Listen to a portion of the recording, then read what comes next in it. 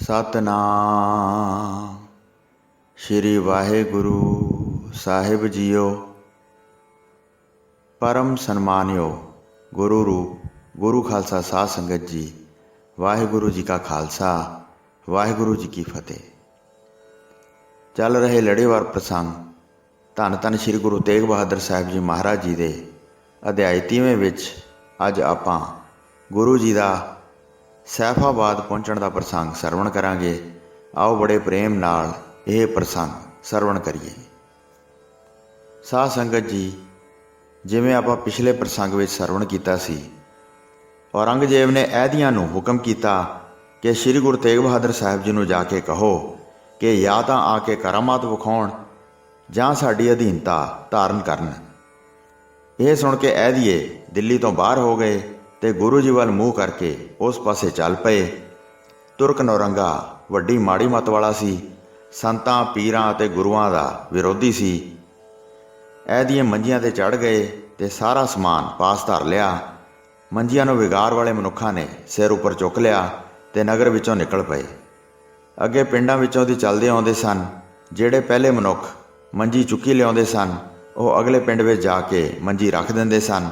ਉੱਥੋਂ ਜਾ ਕੇ ਐਦੀਏ ਨਵੀਂ ਵਿਗਾਰ ਲੈਂਦੇ ਸਨ ਤੇ ਹੋਰ ਮਨੁੱਖ ਮੰਜੀਆਂ ਸਿਰ 'ਤੇ ਧਰ ਕੇ ਅੱਗੇ ਲਿਆਉਂਦੇ ਸਨ। ਮੰਜੀਆਂ ਉੱਤੇ ਬੈਠ ਕੇ ਰਾਹੇ ਰਾਹ ਚੱਲਦੇ ਸਨ ਤੇ ਸਾਰੀ ਪ੍ਰਜਾ ਉੱਤੇ ਹੁਕਮ ਕਰਦੇ ਸਨ। ਸਾਰਿਆਂ ਪਾਸੋਂ ਘਿਓ ਅਤੇ ਮਿੱਠਾ ਲੈਂਦੇ ਸਨ ਤੇ ਮਾਸ ਨਾਲ ਭੋਜਨ ਖਾਂਦੇ ਸਨ। ਹੌਲੀ ਹੌਲੀ ਰਾਹ ਵਿੱਚ ਚੱਲਦੇ ਸਨ ਤੇ ਸਦਾ ਸ਼੍ਰੀ ਅਨੰਦਪੁਰ ਸਾਹਿਬ ਦਾ ਨਾਮ ਯਾਦ ਰੱਖਦੇ ਸਨ। ਚੱਲਦੇ ਚੱਲਦੇ ਕਈ ਦਿਨਾਂ ਵਿੱਚ ਮਨੁੱਖਾਂ ਦੇ ਸਿਰਾਂ ਉੱਤੇ ਚੁੱਕੇ ਹੋਏ ਜਾ ਰਹੇ ਸਨ। ਸਤਲੁਜ ਦਰਿਆ ਦੇ ਕੰਢੇ ਆ ਪਹੁੰਚੇ ਤੇ ਹੁਕਮ ਕਰਦੇ ਚਲੇ ਜਾ ਰਹੇ ਸਨ। ਸ਼੍ਰੀ ਅਨੰਦਪੁਰ ਸਾਹਿਬ ਆ ਕੇ ਡੇਰਾ ਲਾਇਆ ਤੇ ਉਸ ਸਮੇਂ ਮੰਜੀਆਂ ਤੇ ਚੜ੍ਹ ਕੇ ਬੈਠ ਗਏ। ਖਾ ਪੀ ਕੇ ਰਾਤ ਬਤੀਤ ਕੀਤੀ। ਫਿਰ ਸਵੇਰ ਹੋ ਗਈ ਤਾਂ ਜਾਗ ਪਏ। ਗੁਰੂ ਜੀ ਦੇ ਸਭਾ ਵਿੱਚ ਬੈਠਣ ਦਾ ਸਮਾਂ ਜਾਣ ਕੇ ਗੁਰੂ ਜੀ ਨਾਲ ਮਿਲਣ ਦੀ ਲਾਲਸਾ ਧਾਰਨ ਕੀਤੀ। ਦੋਵੇਂ ਐਦੀਏ ਤਾਂ ਤਿਆਰ ਹੋ ਗਏ ਤੇ ਗੁਰੂ ਘਰ ਦੀ ਦਰਸ਼ਨੀ ਡਿਓੜੀ ਵਿੱਚ ਉਹ ਜਾ ਕੇ ਠਹਿਰ ਗਏ। ਸਤਿਗੁਰੂ ਜੀ ਦੇ ਪਾਸ ਆਪਣੇ ਆਉਣ ਦੀ ਖਬਰ ਭੇਜੀ। ਬਾਦਸ਼ਾਹ ਦੇ ਹੁਕਮ ਨਾਲ ਅਸੀਂ ਚੱਲ ਕੇ ਆਏ ਹਾਂ। ਦਿੱਲੀ ਨਗਰ ਵਿੱਚ ਗੁਰੂ ਜੀ ਨੂੰ ਬੁਲਾਇਆ ਹੈ। ਦਿੱਲੀ ਦੇ ਮਾਲਕ ਭਾਵ ਬਾਦਸ਼ਾਹ ਦੇ ਦਿਲ ਵਿੱਚ ਮਿਲਣ ਦੀ ਚਾਹਤ ਹੈ। ਇਸ ਕਾਰਜ ਵਾਸਤੇ ਅਸੀਂ ਚੱਲ ਕੇ ਆਏ ਹਾਂ। ਉਹਨਾਂ ਨੂੰ ਮਿਲ ਕੇ ਦਰਸ਼ਨ ਕਰਨਾ ਚਾਹੁੰਦਾ ਹੈ। ਪਾਸ ਖੜਾ ਭਾਈ ਗੁਰਦਾਸ ਸੁਣ ਕੇ ਅੰਦਰ ਗਿਆ ਅਤੇ ਉਸਨੇ ਐਦੀਆਂ ਬਾਰੇ ਸਾਰਾ ਪ੍ਰਸੰਗ ਗੁਰੂ ਜੀ ਨੂੰ ਸੁਣਾਇਆ। ਦੋ ਆਦਮੀ ਦਰਸ਼ਨੀ ਡਿਓੜੀ ਵਿੱਚ ਖੜੇ ਹਨ, ਜਿਨ੍ਹਾਂ ਨੂੰ ਬਾਦਸ਼ਾਹ ਨੇ ਭੇਜਿਆ ਹੈ। ਕਹਿੰਦੇ ਹਨ ਕਿ ਅਸੀਂ ਗੁਰੂ ਜੀ ਨੂੰ ਲੈਣ ਵਾਸਤੇ ਆਏ ਹਾਂ। ਅੰਤਰਜਾਮੀ ਗੁਰੂ ਜੀ ਭੂਤ ਭਵਿੱਖ ਦੇ ਸਾਰੇ ਭੇਦ ਸਮਝਦੇ ਹਨ। ਸਹਿ ਸੁਭਾਅ ਉਹਨਾਂ ਨੇ ਬਚਨ ਉਚਾਰਿਆ। ਧਰਮਰਾਜ ਦੇ ਦੂਤ ਆ ਗਏ ਹਨ। ਇਹ ਗੱਲ ਚੰਗੀ ਤਰ੍ਹਾਂ ਸਮਝੀ ਜਾ ਸਕਦੀ ਹੈ ਕਿ ਪਿੱਛੇ ਹੋਏ ਬ੍ਰਾਹਮਣਾਂ ਨਾਲ ਬੀਤੇ ਬ੍ਰਿਤਾਂਤ ਨੂੰ ਸੰਭਾਲਣ ਦਾ ਸਮਾਂ ਆ ਗਿਆ ਹੈ। ਇਹ ਸੁਣ ਕੇ ਫਿਰ ਭਾਈ ਮਤੀ ਦਾਸ ਨੇ ਕਿਹਾ, ਹੇ ਪ੍ਰਭੂ ਜੀ, ਆਪ ਜੀ ਨੇ ਇਹ ਕੀ ਸਮਝਿਆ ਹੈ? ਗੁਰੂ ਘਰ ਬਾਰੇ ਬਾਦਸ਼ਾਹ ਸਮਝਦਾ ਹੈ ਤੇ ਸਨੇਮਰ ਬਣ ਕੇ ਸਤਿਕਾਰ ਕਰਦਾ ਹੈ। ਸ਼੍ਰੀ ਰਾਮ ਰਾਏ ਜੀ ਨੂੰ ਬਹੁਤ ਧਨ ਦਿੱਤਾ ਸੀ ਅਤੇ ਪਾਸ ਬਿਠਾ ਕੇ ਸ਼ੁਭ ਆਸਨ ਦਿੰਦਾ ਸੀ। ਹੁਣ ਤੱਕ ਸ਼ੁਭ ਗੱਲ ਬਣੀ ਆ ਰਹੀ ਹੈ। ਉਸ ਤਰ੍ਹਾਂ ਤੁਹਾਡੇ ਵਿੱਚ ਵੀ ਉਹ ਉਸ ਤਰ੍ਹਾਂ ਹੀ ਪ੍ਰੇਮ ਧਾਰਨ ਕਰਦਾ ਹੈ। ਸੁੱਖ ਨਾਲ ਬਾਦਸ਼ਾਹ ਨਾਲ ਮੇਲ ਕਰੋ। ਅਜਿਹੇ ਦੁਖੀ ਬਚਨ ਕਿਵੇਂ ਕਹਿੰਦੇ ਹੋ? ਸਾਧ ਸੰਗਤ ਜੀ, ਸ਼੍ਰੀ ਗੁਰੂ ਤੇਗ ਬਹਾਦਰ ਜੀ ਕਿਸੇ ਪਾਸੋਂ ਡਰਦੇ ਨਹੀਂ ਸਨ। ਉਹਨਾਂ ਨੇ ਆਪ ਬਾਣੀ ਵਿੱਚ ਲਿਖਿਆ ਹੈ, ਭੈ ਕਾਹੂ ਕੋ ਦੇਤ ਨਹਿ, ਨਹਿ ਭੈ ਮਾਨਤ ਆਨ। ਇਸ ਕਰਕੇ ਐਦੀਆਂ ਬਾਰੇ ਉਹਨਾਂ ਨੇ ਡਰ ਕੇ ਬਚਨ ਨਹੀਂ ਸੀ ਕੀਤਾ, ਬਲਕਿ ਸਹਿ ਸੁਭਾਅ ਕਿਹਾ ਹੈ। ਇਹ ਸੁਣ ਕੇ ਸ਼੍ਰੀ ਗੁਰੂ ਤੇਗ ਬਹਾਦਰ ਜੀ ਨੇ ਕਿਹਾ, ਉਹ ਹੀ ਹੁੰਦਾ ਹੈ ਜੋ ਪਰਮੇਸ਼ਰ ਚਾਹੁੰਦਾ ਹੈ। ਸਾਡਾ ਉਸ ਨਾਲ ਕਦੇ ਵੀ ਮੇਲ ਨਹੀਂ ਹੋ ਸਕਦਾ। ਝੂਠਾ ਮਲੇਸ਼ ਸੰਤਾਂ ਵਾਸਤੇ ਦੁਖਦਾਇਕ ਹੈ। ਇਸ ਤਰ੍ਹਾਂ ਕਹਿ ਕੇ ਐਦੀਏ ਪਾਸ ਬੁਲਾਏ। ਘਰ ਵੇਖ ਕੇ ਅੰਦਰ ਦਾਖਲ ਹੋ ਗਏ। ਜਦ ਸਾਹਮਣੇ ਹੋ ਕੇ ਉਹਨਾਂ ਨੇ ਗੁਰੂ ਜੀ ਦੇ ਦਰਸ਼ਨ ਕੀਤੇ ਤਾਂ ਤੁਰੰਤ ਉਹਨਾਂ ਦੀ ਭੈੜੀ ਮੱਤ ਦੂਰ ਹੋ ਗਈ। ਸੰਤਾਂ ਵਾਂਗ ਗੁਰੂ ਜੀ ਦਾ ਸ਼ਾਂਤ ਸੁਭਾਅ ਸੀ। ਖੁਸ਼ੀ ਗਮੀ ਜਿਨ੍ਹਾਂ ਵਿੱਚ ਰੱਤੀ ਭਰ ਵੀ ਨਹੀਂ ਸੀ। ਨੀਵੇਂ ਸਿਰ ਕਰਕੇ ਉਹਨਾਂ ਨੇ ਸਲਾਮ ਕੀਤੀ ਤੇ ਸਾਰੀ ਬੈਠੀ ਹੋਈ ਸਭਾ ਨੂੰ ਵੇਖਿਆ। ਉਹਨਾਂ ਨੇ ਆਪਣੇ ਹੱਥਾਂ ਨਾਲ ਗੁਰੂ ਜੀ ਨੂੰ ਪਰਵਾਨਾ ਦਿੱਤਾ ਤੇ ਗੁਰੂ ਜੀ ਨੇ ਉਸ ਪਰਵਾਨੇ ਨੂੰ ਪੜਵਾ ਕੇ ਮਤਲਬ ਜਾਣਿਆ। ਉਸ ਵਿੱਚ ਲਿਖਿਆ ਸੀ, ਇੱਧਰ ਆਓ, ਕਿਰਪਾ ਕਰਕੇ ਦਰਸ਼ਨ ਦਿਓ। ਲੋਕਾਂ ਪਾਸੋਂ ਤੁਹਾਡਾ ਜਸ ਸੁਣਿਆ ਹੈ, ਇਸ ਕਰਕੇ ਮਿਲਣ ਦੀ ਚੰਗੀ ਵਿਚਾਰ ਬਣਾਈ ਹੈ। ਸਤਿਗੁਰੂ ਜੀ ਨੇ ਸੁਣ ਕੇ ਕਾਗਜ਼ ਮੰਗਵਾਇਆ ਤੇ ਲਿਖਵਾਇਆ, ਜੇ ਮਿਲਣ ਦੀ ਲਾਲਸਾ ਪ੍ਰਗਟ ਕੀਤੀ ਹੈ ਤਾਂ ਅਸੀਂ ਦਿੱਲੀ ਨਗਰ ਵੱਲ ਆਉਂਦੇ ਹਾਂ, ਮਿਲ ਕੇ ਆਪਣੇ ਹਿਰਦੇ ਦਾ ਮਨੋਰਥ ਪੂਰਾ ਕਰੋ। ਪਹਿਲਾਂ ਗੁਰੂ ਘਰ ਦੀ ਸ਼ਕਤੀ ਬਾਰੇ ਸੁਣ ਕੇ ਸ਼੍ਰੀ ਰਾਮ ਰਾਏ ਨੂੰ ਬੁਲਾਇਆ ਸੀ, ਫਿਰ ਸ਼੍ਰੀ ਹਰਿਕ੍ਰਿਸ਼ਨ ਜੀ ਨੂੰ ਬੁਲਵਾਇਆ। ਹੁਣ ਤੁਸੀਂ ਸਾਨੂੰ ਪਾਸ ਬੁਲਾਇਆ ਹੈ। ਉਹਨਾਂ ਐਦੀਆਂ ਨੂੰ ਲਿਖ ਕੇ ਦਿੱਤਾ। ਬਾਦਸ਼ਾਹ ਜਿਵੇਂ ਚਾਹੁੰਦਾ ਹੈ ਕਰਦਾ ਹੈ। ਇਸ ਤਰ੍ਹਾਂ ਗੁਰੂ ਜੀ ਨੇ ਉੱਤਰ ਲਿਖਾਇਆ ਤੇ ਉਹਨਾਂ ਨੂੰ ਕਾਫੀ ਧਨ ਦਿੱਤਾ। ਲੋਭ ਦੇ ਮਾਰੇ ਹੋਏ ਨਰਮ ਹੋ ਗਏ ਤੇ ਗੁਰੂ ਜੀ ਦੇ ਸਾਹਮਣੇ ਕੁਝ ਨਾ ਬੋਲੇ। ਵਿਦਾ ਹੋ ਕੇ ਐਦੀਏ ਚੱਲ ਪਏ। ਹੌਲੀ ਹੌਲੀ ਪਹਿਲਾਂ ਵਾਂਗ ਚੱਲ ਕੇ ਗਏ ਤੇ ਦਿੱਲੀ ਸ਼ਹਿਰ ਵਿੱਚ ਪ੍ਰਵੇਸ਼ ਕਰ ਗਏ। ਨੌਰੰਗੇ ਦੇ ਪਾਸ ਪਹੁੰਚ ਗਏ ਤੇ ਸਾਰਾ ਪ੍ਰਸੰਗ ਸੁਣਾ ਕੇ ਪਰਵਾਨਾ ਉਸ ਨੂੰ ਦੇ ਦਿੱਤਾ। ਗੁਰੂ ਜੀ ਨੇ ਕਿਹਾ ਹੈ ਕਿ ਅਸੀਂ ਵੀ ਉੱਥੇ ਆਵਾਂਗੇ ਤੇ ਕਈ ਦਿਨ ਉੱਥੇ ਬਤੀਤ ਕਰਾਂਗੇ। ਹੁਣ ਚੌਮਾਸਿਆ ਦਾ ਸਮਾਂ ਆਇਆ ਹੈ। ਰਾਹ ਵਿੱਚ ਵਿਸ਼ਾਲ ਪਾਣੀ ਅਤੇ ਚਿੱਕੜ ਹੈ। ਇਹ ਸੁਣ ਕੇ ਨੌਰੰਗਾ ਫਿਰ ਚੁੱਪ ਹੋ ਗਿਆ। ਆਪ ਆਉਣਗੇ ਇਸ ਬਾਰੇ ਵਿਚਾਰ ਕਰਦਾ ਸੀ। ਇੱਧਰ ਸਤਿਗੁਰੂ ਜੀ ਨੇ ਆਪਣੀ ਤਿਆਰੀ ਕੀਤੀ ਤੇ ਸ਼੍ਰੀ ਅਨੰਦਪੁਰ ਸਾਹਿਬ ਵਿੱਚ ਰਹਿਣਾ ਛੱਡ ਦਿੱਤਾ। ਥੋੜ੍ਹੇ ਸੇਵਕ ਆਪਣੇ ਨਾਲ ਲੈ ਲਏ। ਗੁਰੂ ਜੀ ਸਭ ਕਾਰਨਾਂ ਦੇ ਕਰਨ ਵਾਲੇ ਅਤੇ ਹਰ ਪ੍ਰਕਾਰ ਨਾਲ ਨਿਪੁੰਨ ਹਨ। ਹਾੜ ਦੇ ਮਹੀਨੇ ਵਿੱਚ ਸ਼੍ਰੀ ਅਨੰਦਪੁਰ ਸਾਹਿਬ ਨੂੰ ਛੱਡ ਕੇ ਚੱਲ ਪਏ। ਸਿੱਖ ਅਤੇ ਮਸੰਦ ਗੁਰੂ ਜੀ ਪਾਸੋਂ ਵਿਦਾ ਹੋ ਕੇ ਤੁਰ ਪਏ ਅਤੇ ਆਪਣੇ ਆਪਣੇ ਦੇਸ਼ਾਂ ਨੂੰ ਚਲੇ ਗਏ। ਸਤਿਗੁਰੂ ਜੀ ਵੱਡੇ ਪੂਜਣਯੋਗ ਹਨ। ਸਾਰੇ ਸ਼ਲਾਘਾ ਕਰ ਰਹੇ ਸਨ। ਸ਼੍ਰੀ ਪ੍ਰਭੂ ਜੀ ਨੇ ਪੂਰਬ ਵਾਲੇ ਪਾਸੇ ਮੁੱਖ ਕੀਤਾ। ਨਿਤਾ ਪ੍ਰਤ ਮੰਜ਼ਿਲ ਤੈਅ ਕਰਦੇ ਸਨ ਤੇ ਬਹੁਤ ਥੋੜ੍ਹਾ ਠਹਿਰਦੇ ਸਨ। ਉਸ ਸਮੇਂ ਪਟਿਆਲਾ ਸ਼ਹਿਰ ਨਹੀਂ ਸੀ ਵਸਦਾ। ਇਸ ਪਾਸੇ ਵੱਲ ਉੱਤਮ ਗੁਰੂ ਜੀ ਆਏ। ਸੈਫਦੀਨ ਇੱਕ ਭਲਾ ਤੁਰਕ ਸੀ। ਉਸ ਸਮੇਂ ਉਸਨੇ ਆਪਣਾ ਨਗਰ ਵਸਾਇਆ ਸੀ। ਉਸਨੇ ਨਗਰ ਦਾ ਨਾਮ ਸੈਫਾਬਾਦ ਰੱਖਿਆ। ਗੁਰੂ ਜੀ ਦਾ ਜਸ ਸੁਣ ਕੇ ਉਸਨੇ ਦਰਸ਼ਨਾਂ ਦੀ ਅਭਿਲਾਸ਼ਾ ਕੀਤੀ। ਹਰ ਵੇਲੇ ਸੋਚਦਾ ਰਹਿੰਦਾ ਸੀ, ਉਹਨਾਂ ਦੇ ਪਾਸ ਜਾਵਾਂਗਾ ਤੇ ਉਹਨਾਂ ਪਾਸੋਂ ਬਚਨ ਬਿਲਾਸ ਸੁਣਾਂਗਾ। ਆਪਣੇ ਘਰ ਦੇ ਕੰਮ ਕਾਜਾਂ ਵਿੱਚ ਅਟਕਿਆ ਰਹਿੰਦਾ ਸੀ। ਕਿਸੇ ਸਮੇਂ ਵੀ ਗੁਰੂ ਜੀ ਦੇ ਦਰਸ਼ਨਾਂ ਦਾ ਮੌਕਾ ਨਾ ਮਿਲਿਆ। ਫਿਰ ਵੀ ਹਿਰਦੇ ਵਿੱਚ ਵੱਡੀ ਪਿਆਸ ਸੀ, ਕਿਸੇ ਸਮੇਂ ਗੁਰੂ ਜੀ ਨੂੰ ਜਾ ਕੇ ਮਿਲੀਏ। ਅੰਤਰਜਾਮੀ ਸਤਿਗੁਰੂ ਜੀ ਜਾਣ ਗਏ। ਹਿੱਤ ਧਾਰ ਕੇ ਦਰਸ਼ਨ ਕਰਨਾ ਚਾਹੁੰਦਾ ਹੈ। ਉਸ ਦੇ ਨਗਰ ਦੇ ਨੇੜੇ ਜਾ ਕੇ ਉਤਾਰਾ ਕਰ ਦਿੱਤਾ। ਸਾਰਾ ਡੇਰਾ ਉੱਥੇ ਆ ਲੱਗਾ। ਸੈਫਦੀਨ ਦੇ ਪਾਸ ਕਿਸੇ ਨੇ ਕਿਹਾ, ਕਿਸੇ ਨੇ ਆ ਕੇ ਇੱਥੇ ਉਤਾਰਾ ਕੀਤਾ ਹੈ, ਪਰ ਇਹ ਨਹੀਂ ਜਾਣਿਆ ਜਾਂਦਾ ਕਿ ਕੌਣ ਹੈ। ਇਹ ਸੁਣ ਕੇ ਸੈਫਦੀਨ ਨੇ ਖਬਰ ਵਾਸਤੇ ਇੱਕ ਮਨੁੱਖ ਨੂੰ ਭੇਜਿਆ। ਉਹ ਮਨੁੱਖ ਪੁੱਛ ਕੇ ਗਿਆ ਤੇ ਸਾਰਾ ਹਾਲ ਸੈਫਦੀਨ ਨੂੰ ਦੱਸਿਆ। ਜਿਨ੍ਹਾਂ ਨੂੰ ਤੁਸੀਂ ਮਿਲਣਾ ਚਾਹੁੰਦੇ ਹੋ, ਅਚਾਨਕ ਹੀ ਉਹ ਇੱਥੇ ਆ ਪਹੁੰਚੇ ਹਨ। ਇਹ ਸ਼੍ਰੀ ਗੁਰੂ ਤੇਗ ਬਹਾਦਰ ਜੀ ਹਨ। ਉਹਨਾਂ ਦੇ ਨਾਲ ਜਿਹੜੇ ਮਨੁੱਖ ਹਨ, ਉਹਨਾਂ ਨੇ ਪੁੱਛਣ 'ਤੇ ਦੱਸਿਆ ਹੈ। ਸੈਫਦੀਨ ਸੁਣ ਕੇ ਬਹੁਤ ਪ੍ਰਸੰਨ ਹੋਇਆ ਤੇ ਤੁਰੰਤ ਆਪ ਗੁਰੂ ਜੀ ਨੂੰ ਮਿਲਣ ਵਾਸਤੇ ਆਇਆ। ਕੁਝ ਅਸ਼ਰਫੀਆਂ ਅੱਗੇ ਧਰ ਕੇ ਤੇ ਸਿਰ ਨੀਵਾਂ ਕਰਕੇ ਚਰਨਾਂ 'ਤੇ ਬੰਦਨਾ ਕੀਤੀ ਤੇ ਕਹਿਣ ਲੱਗਾ, ਮੈਨੂੰ ਨਿਹਾਲ ਕੀਤਾ ਹੈ। ਕਿਰਪਾਲੂ ਗੁਰੂ ਜੀ ਨੇ ਮੈਨੂੰ ਆ ਕੇ ਦਰਸ਼ਨ ਦਿੱਤੇ ਹਨ। ਹੁਣ ਅਤੀ ਗਰਮੀ ਅਤੇ ਵਰਖਾ ਦਾ ਮੌਸਮ ਆ ਗਿਆ ਹੈ। ਮੇਰੇ 'ਤੇ ਕਿਰਤਾਰਥ ਕਰਕੇ ਇੱਥੇ ਵਾਸਾ ਕਰੋ। ਇਹ ਕਹਿ ਕੇ ਆਪਣੇ ਹੱਥਾਂ ਨਾਲ ਗੁਰੂ ਜੀ ਦੇ ਚਰਨ ਕਮਲਾਂ ਨੂੰ ਬੜੇ ਪ੍ਰੇਮ ਨਾਲ ਪਲੋਸਣ ਲੱਗਾ। ਫਿਰ ਉਹਨਾਂ ਹੱਥਾਂ ਨੂੰ ਆਪਣੇ ਮੂੰਹ ਅਤੇ ਅੱਖਾਂ 'ਤੇ ਫੇਰਿਆ ਤੇ ਕਹਿਣ ਲੱਗਾ, ਮੈਂ ਨਿਹਾਲ ਹੋ ਗਿਆ ਹਾਂ। ਇਸ ਤਰ੍ਹਾਂ ਹਿਰਦੇ ਵਿੱਚ ਧਾਰਨ ਕੀਤਾ। ਕਿਰਪਾਲ ਗੁਰੂ ਜੀ ਨੇ ਬਹੁਤ ਪ੍ਰੇਮ ਨੂੰ ਵੇਖ ਕੇ ਉਸ ਸਮੇਂ ਇਹ ਬਚਨ ਕੀਤਾ, ਜੇ ਤੁਹਾਡੇ ਦਿਲ ਵਿੱਚ ਇਸ ਤਰ੍ਹਾਂ ਸ਼ਰਧਾ ਹੈ ਤਾਂ ਗਰਮੀ ਅਤੇ ਬਰਸਾਤ ਦੇ 4 ਮਹੀਨੇ ਸੌਖੇ ਰਹਿ ਲੈਂਦੇ ਹਾਂ। ਅਸੀਂ ਬਾਦਸ਼ਾਹ ਦੇ ਪਾਸ ਜਾਣਾ ਚਾਹੁੰਦੇ ਹਾਂ। ਵਰਖਾ ਹਟਣ ਤੋਂ ਬਾਅਦ ਉਸ ਥਾਂ ਚਲੇ ਜਾਵਾਂਗੇ। ਇਸ ਪ੍ਰਕਾਰ ਜਦ ਗੁਰੂ ਜੀ ਨੇ ਉਚਾਰਨ ਕੀਤਾ, ਸੈਫਦੀਨ ਨੇ ਕਹਿ ਕੇ ਉਸ ਸਥਾਨ ਤੋਂ ਡੇਰਾ ਚੁਕਵਾ ਲਿਆ ਤੇ ਸੁੰਦਰ ਬਾਗ ਵਿੱਚ ਗੁਰੂ ਜੀ ਦਾ ਉਤਾਰਾ ਕਰਵਾ ਦਿੱਤਾ। ਆਪ ਨਾਲ ਹੋ ਕੇ ਸਾਰੇ ਉੱਥੇ ਚਲੇ ਗਏ। ਭਲੀ ਪ੍ਰਕਾਰ ਡੇਰਾ ਕਰਵਾਇਆ ਤੇ ਸੇਵਾ ਵਾਸਤੇ ਹਰ ਵਸਤੂ ਪਹੁੰਚਾ ਦਿੱਤੀ। ਬਹੁਤ ਵਿਧੀਆਂ ਦੇ ਪਿਆਰੇ ਬਚਨ ਸੁਣਾਏ। ਫਿਰ ਪ੍ਰਸੰਨ ਹੋ ਕੇ ਆਪਣੇ ਘਰ ਨੂੰ ਚਲਾ ਗਿਆ। ਸਤਿਗੁਰੂ ਜੀ ਉੱਥੇ ਫਿਰ ਰਾਤ ਰਹੇ ਤੇ ਪ੍ਰਸ਼ਾਦਾ ਛਕ ਕੇ ਸਭ ਨੇ ਸੁੱਖ ਪਾਇਆ। ਸਵੇਰ ਹੋਣ 'ਤੇ ਸ਼ੌਚ ਇਸ਼ਨਾਨ ਕੀਤਾ ਤੇ ਧਿਆਨ ਲਾ ਕੇ ਸਥਿਰ ਹੋ ਕੇ ਬੈਠ ਗਏ।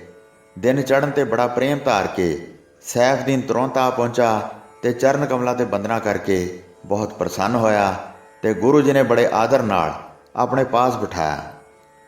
ਅਨੇਕ ਪ੍ਰਕਾਰ ਬਚਨ ਵਿਲਾਸ ਕਰਕੇ ਗੁਰੂ ਜੀ ਉੱਤਮ ਆਨੰਦ ਬਖਸ਼ ਰਹੇ ਸਨ। ਜਿਵੇਂ ਜਿਵੇਂ ਸ਼ਾਂਤੀ ਸਮੇਤ ਉਚਾਰਨ ਕਰਦੇ ਸਨ, ਸੁਣ ਕੇ ਤਿਵੇਂ ਤਿਵੇਂ ਸੈਫਦੀਨ ਦਾ ਮਨ ਵਸ ਵਿੱਚ ਹੁੰਦਾ ਜਾਂਦਾ ਸੀ। ਕੁਝ ਸਮੇਂ ਬਾਅਦ ਫਿਰ ਬੇਨਤੀ ਕੀਤੀ, ਇੱਥੇ ਹੀ ਵਾਸਾ ਕਰੋ, ਮੇਰੀ ਵੱਡੀ ਪ੍ਰੀਤ ਹੈ। ਧਰਤੀ 'ਤੇ ਹਰ ਥਾਂ ਚਿੱਕੜ ਅਤੇ ਪਾਣੀ ਹੈ, ਰਾਹ ਵਿੱਚ ਚੱਲਣਾ ਬੜਾ ਕਠਿਨ ਹੈ, ਇਹ ਜਾਣ ਲਓ।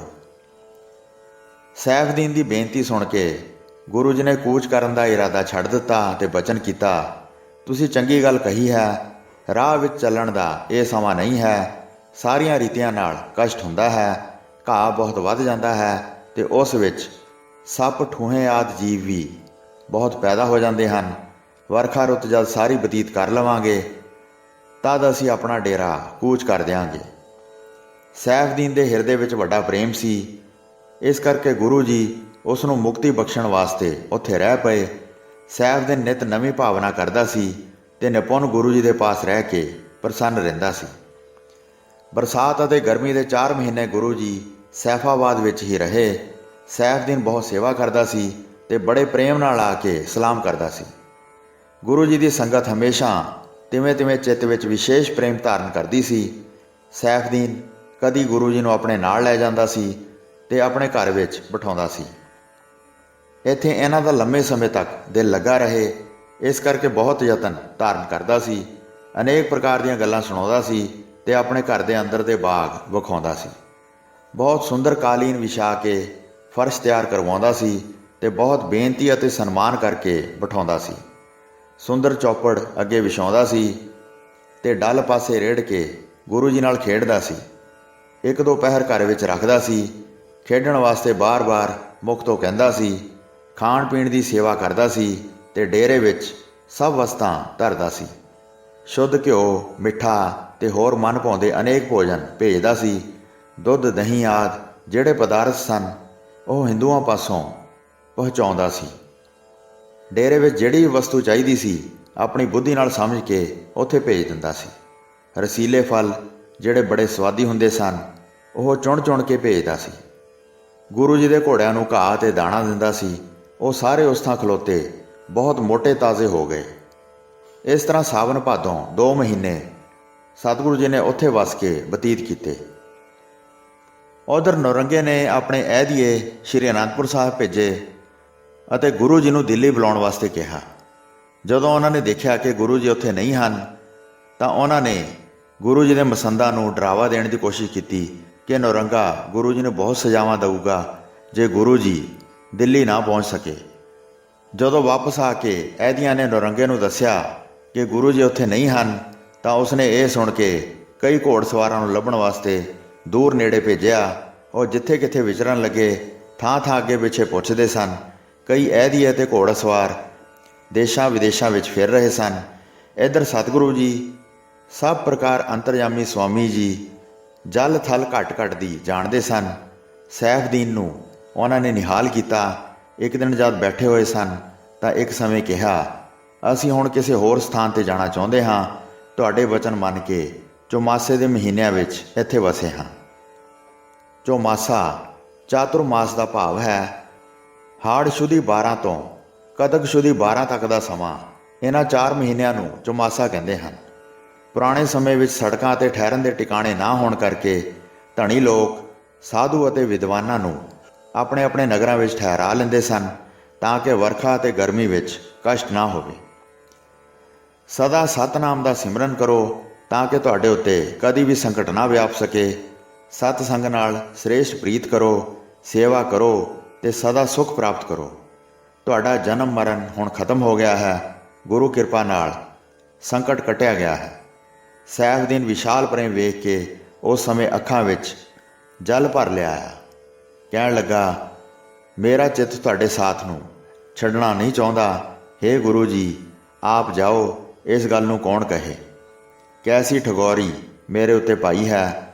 ਮੇਰਾ ਮਨ ਸਦਾ ਲਈ ਆਪ ਜੀ ਦੇ ਵੱਸ ਵਿੱਚ ਹੋ ਗਿਆ ਹੈ। ਸ਼੍ਰੀ ਗੁਰੂ ਤੇਗ ਬਹਾਦਰ ਜੀ ਨੇ ਇਹ ਗੱਲ ਸੁਣ ਕੇ ਸੈਫਦੀਨ ਦਾ ਪ੍ਰੇਮ ਜਾਣ ਕੇ ਉਸ ਨੂੰ ਧੀਰਜ ਦਿੱਤਾ। ਅਸੀਂ ਹੁਣ ਕੁਝ ਕਾਰਜ ਕਰਨੇ ਹਨ। ਇਹ ਭਾਈਚਾਰਾ ਸਾਥ ਨਹੀਂ ਨਿਭੇਗਾ। ਨੇਤਾ ਪ੍ਰਤੀ ਉੱਠ ਕੇ ਆਪਣੇ ਵਿੱਚ ਧਿਆਨ ਧਾਰਨ ਕਰੋ ਤਾਂ ਇਸ ਤਰ੍ਹਾਂ ਪਹਿਚਾਣੋਗੇ ਜਿਵੇਂ ਮੈਂ ਤੁਹਾਡੇ ਪਾਸ ਹਾਂ। ਇਸ ਤਰ੍ਹਾਂ ਕਹਿ ਕੇ ਬਹੁਤ ਸਮਝਾਇਆ। ਮਸਾਂ ਮਸਾਂ ਦਿਲ ਵਿੱਚ ਧੀਰਜ ਬਣਾਇਆ। ਹੋਰ ਸੇਵਕ ਅਤੇ ਸਿੱਖ ਜਿਹੜੇ ਨਾਲ ਸਨ, ਸਾਰਿਆਂ ਨੂੰ ਗੁਰੂ ਜੀ ਇਸ ਵਿਧੀ ਨਾਲ ਬੋਲੇ, ਆਪਣੇ ਆਪਣੇ ਘਰਾਂ ਨੂੰ ਚਲੇ ਜਾਓ, ਹੁਣ ਸਾਡਾ ਸਾਥ ਛੱਡ ਦਿਓ। ਸਾਡਾ ਹੁਣ ਇਕੱਲੇ ਰਹਿਣਾ ਬਣਦਾ ਹੈ। ਹੁਣ ਸਾਡਾ ਸੰਗ ਬਹੁਤ ਦੁਖਦਾਇਕ ਹੋ ਜਾਏਗਾ।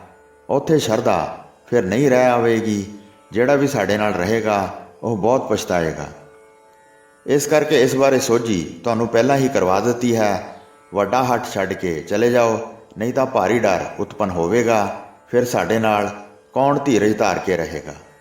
ਇਸ ਤਰ੍ਹਾਂ ਸਾਰਿਆਂ ਨੂੰ ਸੁਣਾਇਆ ਅਤੇ ਉਹਨਾਂ ਦੇ ਦਿਲਾਂ ਵਿੱਚ ਮਹਾਨ ਡਰ ਉਤਪੰਨ ਕੀਤਾ। ਕਈ ਦੋਵੇਂ ਹੱਥ ਜੋੜ ਕੇ ਬੋਲੇ, ਹੇ ਪ੍ਰਭੂ ਜੀ, ਅਸੀਂ ਤੁਹਾਡੀ ਆਗਿਆ ਅਨੁਸਾਰ ਹਾਂ। ਆਪਣੇ ਨਾਲ ਰੱਖੋਗੇ ਤਾਂ ਅਸੀਂ ਰਹਾਂਗੇ, ਜੇ ਆਪ ਕਹੋਗੇ ਤਾਂ ਆਪਣੇ ਘਰਾਂ ਨੂੰ ਚਲੇ ਜਾਵਾਂਗੇ। ਇਸ ਤਰ੍ਹਾਂ ਕਹਿ ਕੇ ਆਗਿਆ ਲੈ ਕੇ ਆਪਣੇ ਘਰਾਂ ਨੂੰ ਚਲੇ ਗਏ ਅਤੇ ਸ਼੍ਰੀ ਗੁਰਦੇਵ ਦਾ ਸੰਗ ਛੱਡ ਦਿੱਤਾ। 5 ਘੋੜਸਵਾਰ ਗੁਰੂ ਜੀ ਦੇ ਪਾਸ ਰਹੇ, ਜਿਨ੍ਹਾਂ ਨੇ ਨਾਲ ਰਹਿਣ ਦਾ ਵੱਡਾ ਹੱਠ ਫੜਿਆ ਹੋਇਆ ਸੀ। ਉਹਨਾਂ ਵਿੱਚ ਭਾਈ ਮਤੀਦਾਸ ਜੀ ਇੱਕ ਗੁਰੂ ਜੀ ਦੇ ਦੀਵਾਨ ਸਨ।